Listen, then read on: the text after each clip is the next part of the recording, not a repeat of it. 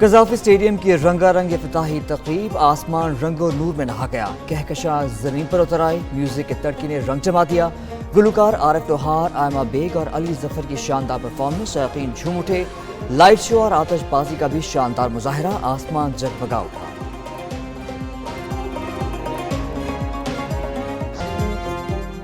تھا جس کا انتظار، آ گیا وہ شاہکار، پردہ اٹھ گیا، سٹیج سج گیا، شائقین کے لیے قذافی اسٹیڈیم کا دروازہ کھل گیا۔ وزیر اعظم شہباز شریف نے نئے اسٹیڈیم کا افتتاح کر دیا۔ افتتاحی تقریب میں وفاقی وزراء، وزیر اعلیٰ Punjab, chairman P C B اور دیگر کی شرکت، ویٹرنز، کھلاڑیوں اور دیگر معززین بھی شریک ہوئے۔ وزیر اعظم نے تعمیراتی کام میں حصہ لینے والی ٹیم کو ایوارڈ سے نوازا۔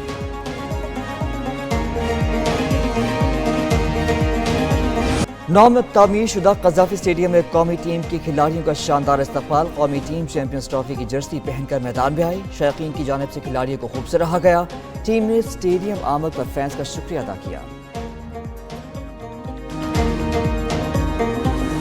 چیمپئنز ٹرافی آپ کی جیت کی منتظر ہے۔ میں سمجھتا ہوں کہ آپ بہت ہونہار کھلاڑی ہیں۔ چیمپئنز ٹرافی جیت کر نہ صرف آپ پوری قوم کے ہیروز ہوں گے، بلکہ جو ہمارا ہمسایہ ہے اس کو شکست فاش دے کر آپ 24 کروڑ عوام کے دل جیتیں گے۔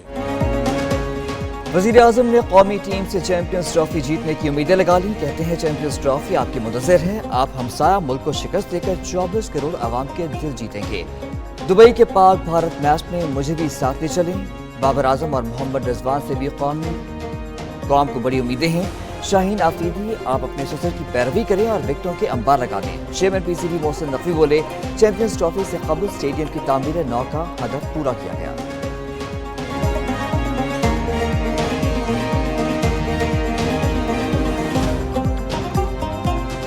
اس میں وہ مزدور 2500 کے قریب تھے جنہوں نے دن رات کام کیا۔ آج ان سے بڑی تفصیلاً ملاقات ہوئی، ان میں سے میجورٹی تھے جو 3 مہینے سے اپنے گھروں کو نہیں گئے تھے اور 16 گھنٹے یہاں پہ کام کر رہے ہیں۔ 26ویں ترمیم کیس میں آئینی بینچ فل کورٹ کا کہہ سکتا ہے، نئے ججز آئے تو فل کورٹ کون سی ہوگی، یہ تنازع بنے گا، فیصلے تک ججز تعیناتی موخر کی جائے۔ اسلام آباد ہائی کورٹ ججز کی سینیورٹی طے ہونے تک ججز تعیناتی روکی جائے۔ سپریم کورٹ کے 4 ججز نے چیف جسٹس کو خط لکھ دیا، کہا موجودہ حالات میں ججز لانے سے کورٹ پیکنگ کا تاثر ملے گا، پوچھنا چاہتے ہیں عدالت کو اس صورتحال میں کیوں ڈالا جا رہا ہے۔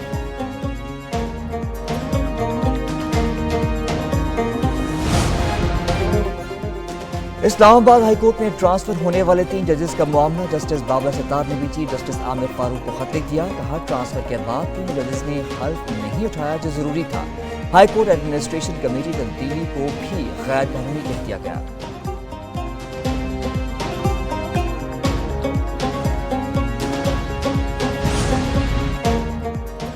صدر مملکت نے لاہور ہائی کورٹ میں 9 نئے ایڈیشنل ججز مقرر کر دیے، نوٹیفیکیشن جاری، نئے ججز کی مدت ملازمت 1 سال کے لیے ہوگی۔ سپریم کورٹ کے وکلاء حسن نواز، وقار حیدر، سردار اکبر علی شامل، ملک جاوید ونز، احسن رضا قاضی اور محمد جواد ظفر بھی جج بن گئے۔ پنجاب کے ایڈوکیٹ جنرل خالد اسحاق بھی نئے ایڈیشنل ججز میں شامل، چودھری سلطان محمود اور ملک محمد اویس خالد بھی لاہور ہائی کورٹ کے جج مقرر۔ تحریک انصاف کی آج احتجاج کی کال، پنجاب حکومت نے دفعہ 144 نافذ کر دی، ہر قسم کے سیاسی احتجاج، جلسے، جلوس، ریلیوں اور دھرنوں پر پابندی عائد، دفعہ 144 کے نفاذ کا فیصلہ امن و امان کے قیام، انسانی جانوں اور املاک کے تحفظ کے لیے کیا گیا۔ بلوچستان میں بھی دفعہ 144 نافذ کر دی گئی، وفاقی دارالحکومت اسلام آباد میں پہلے سے ہی دفعہ 144 کا نفاذ ہے۔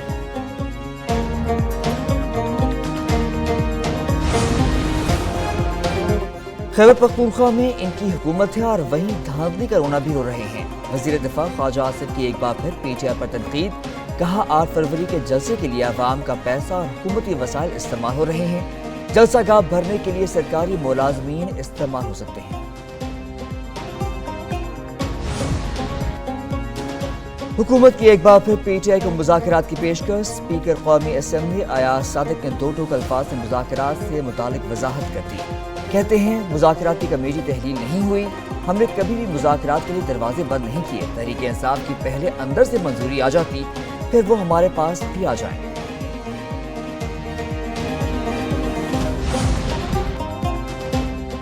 بانی پی ٹی آئی کے وکیل فیصل چودھری کی حراست اور رہائی۔ فیصل چودھری بانی سے ملاقات کے لیے اڈیالہ جیل سے واپس باہر آئے، انہیں پولیس کی تحویل میں لے لیا گیا۔ 2.5 گھنٹے تحویل میں رکھنے کے بعد فیصل چودھری کو رہا کر دیا گیا۔ بانی پی ٹی آئی کے وکیل نے گزشتہ روز جیل عملے کو گالیاں دی تھیں۔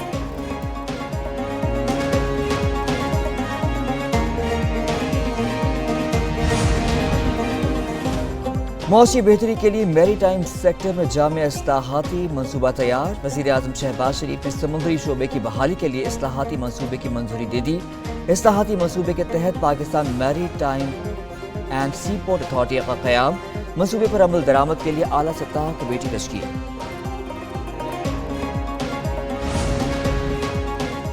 بنگلہ دیش کی بحریہ کے سربراہ ایڈمرل ایم نظم الحسن کی وزیر دفاع خواجہ آصف سے ملاقات۔ وزیر دفاع نے معزز مہمان کا پرتپاک استقبال کیا۔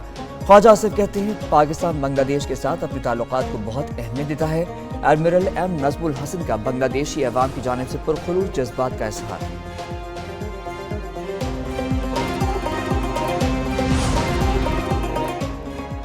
بنگلہ دیشی نیول چیف کی عسکری قیادت سے ملاقاتیں۔ ایڈمرل ایم نظم الحسن کی chairman joint chiefs of staff committee general Tahir Shamshad Mirza سے ملاقات۔ پاک بنگلہ دیشی عسکری قیادت کا خطے کی صورتحال پر تبادلہ خیال۔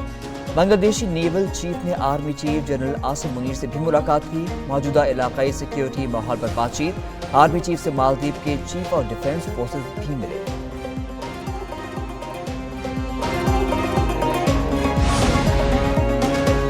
ڈونلڈ ٹرمپ کا عالمی فوجداری عدالت پر پابندیاں لگانے کا فیصلہ۔ امریکی صدر نے عالمی فوجداری عدالت پر پابندیوں کے ایگزیکٹو آرڈر پر دستخط کر دیے۔ وائٹ ہاؤس کے مطابق آئی سی سی کی تحقیقات میں شامل عملے ان کے اہل خانہ پر مالیاتی اور ویزا پابندیاں عائد ہوں گی۔ امریکہ نے ایران پر مزید پابندیاں لگا دیں۔ پہلے سے پابندیوں کا شکار کمپنیوں سے منسلک افراد، طیاروں اور فرمز پر پابندیاں لگائیں۔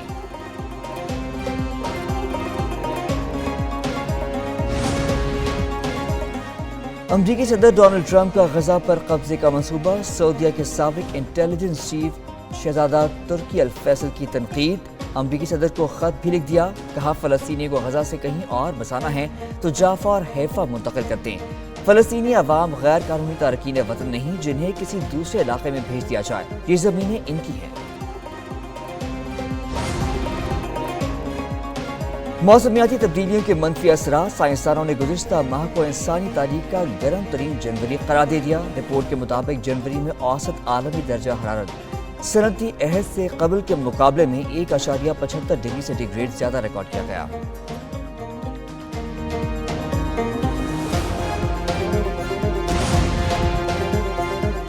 پاکستان موسمیاتی تبدیلی سے سب سے زیادہ متاثر ہے۔ کانفرنس کا مقصد موسمیاتی تبدیلی جیسے سنگین چیلنجز پر غور کرنا ہے۔ وزیر اعظم شہباز شریف کا کانفرنس سے خطاب، کہا شدید سیلاب، گلیشیئرز کے تیزی سے پگھلاؤ، شدید گرمی کی لہر کا سامنا کرنا پڑتا ہے۔